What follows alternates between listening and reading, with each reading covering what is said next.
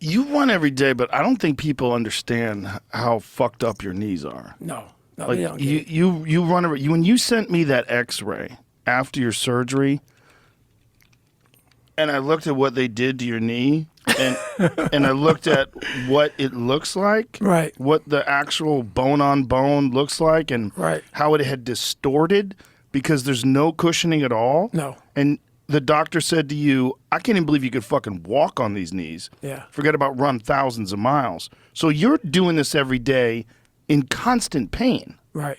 Right. What is it like? Well, I don't suggest. Explain your knees, first of all. So, okay. So people think that my knees are bad from a lot of running, and they're wrong. I wasn't born healthy. I wasn't born with some great body alignment, some great, I have sickle cell. I have all kind of shit. I have all kind of health issues, all kind of, I'm fucked up. So I had a choice to make. And the choice was, growing up, okay, this hurts, that hurts. We can just sit down and do nothing. Or we can see how far we can push the human body. So on that journey, as I started getting more and more into my mind and start realizing that what I'm capable of doing, my mind got stronger. So the pain in my knees, while it sucked, I've been doing it for so long. It was like it became my new norm. Like, okay, my knees hurt, fuck it. Stop, and I call it like stop feeling sorry for yourself, but you sometimes have to ignore your feelings. I'm going to send Jamie a picture of your knee. Oh, no, dude, I think Jamie has some... Do you have a picture of his knee, Jamie? Did I ever send it to you, Jamie? I have it here. Hold on. Let me just... But keep going. No, so it's like, for me, I made a decision, and my decision was to be the best person I could. And I basically, a lot of mornings I wake up and say, fuck your feelings. And that doesn't mean like, don't take it literally, fuck your feelings. But sometimes you have to go beyond what you're feeling. And my knees were fucked, but guess what? I wanted to run. And I knew that, okay, you can get knee replacements, this and that. Like I said, it wasn't because I ran too much. People always want to say, oh, man, you ran so much so you fucked up your body. You don't want to be like David Goggins. I hear it all the time. You don't want to be like David Goggins. But so there's your knee. Yeah, there it is. First so that's of all, the plate. look at the fact that there's zero space between those bones. Yes, sir. From the top, from your tibia to your femur, there's zero space. It's just kneecap covering two bones that are rubbing against each other. And so this was after surgery where they had to cut your knee, slice your shin like in half, and then take a chunk out of it because it had deformed so much from you running with bone on bone that it was starting to like swell out in one direction, right. And it was changing the alignment of your leg. Right. And this happened back in 2001. I was going through buds. So this happened for a long, this right here has been going on for a long time. So, and it got to a point where it's like, okay, I'm done. And that's the plate that's in there right now. So as you see the wedge, that part right there in the bone, that's opened up. Yeah. So they had to cut it, realign it, and then now the alignment's better. But this is now about 18 months ago when this happened. So Couldn't they get some screws that fit? Go back to that real quick. With those real long. that one sticks right out of the fucking bone. Hey, cut that shit off. Yeah, Why is file that thing, shit down. Is that thing sticking into your leg? No, I don't. Well, I feel the plate every single time I move. Yeah. So every time, because it's like connected to the hamstring. So whenever I move, that plate is very irritating.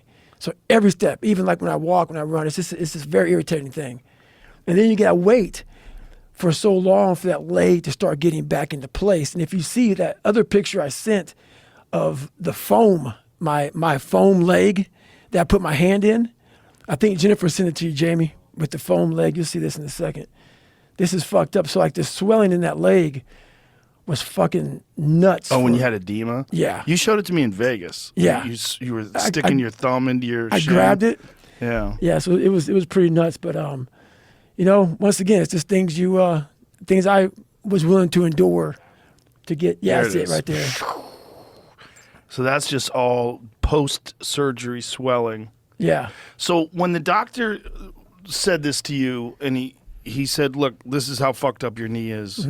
Did he say you need a replacement? What was he saying? Basically, I had two options. So I went to the first guy, had the surgery done. That's in the book. I talked about that.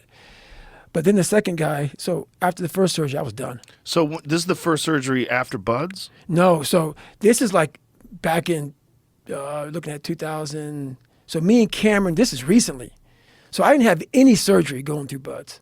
Really? I didn't have any surgery at all. So I went through, in 2001, I fucked up, 2001, whatever it was, I messed up my leg real bad in Hell Week, kept on going on it. Just kept on going, What did you do to it in Hell Week? It was like I fucked it up somehow, like running or whatever. I have it in Cant Hurt Me. But it was, I think the boat, I fell, it twisted, but over a period of time, it got worse and worse and worse. So I was getting like Toradol shots every day, and then it just got worse. But I'm like, fuck it, I'm good. So I kept going on it, so it kind of healed all fucked up. So it just kept going, kept going, kept going. Years later, it kept going on it. So I stopped squatting. So it became like, okay, my knee's fucked up, my alignment's messed up, my hips are messed up, I can't squat. So, but I can still run. So, okay, I started running because running doesn't require you to bend down and shit. So I'm running a lot, and it got to 20 years later pretty much. And it was 2020, or if I want to get this right, Cameron Haynes came down, we went for a 20-mile run. My knees were fucked up for like 10 years. Long story short, it was like, okay, man, I got to get this thing looked at. So when it got looked at, the doc was like, oh, we can go in there and just do a quick little fucking, cleanup job. And the cleanup job went so quick. Guy was breaking tools and shit, fucking up, like literally broke tools. And I have it in there. He was breaking tools. I talked to him. I know. He told me your meniscus was the hardest meniscus he's ever experienced in his life. He's like, dude, he goes, I didn't know that meniscus could get that way. He goes, like, he's not human.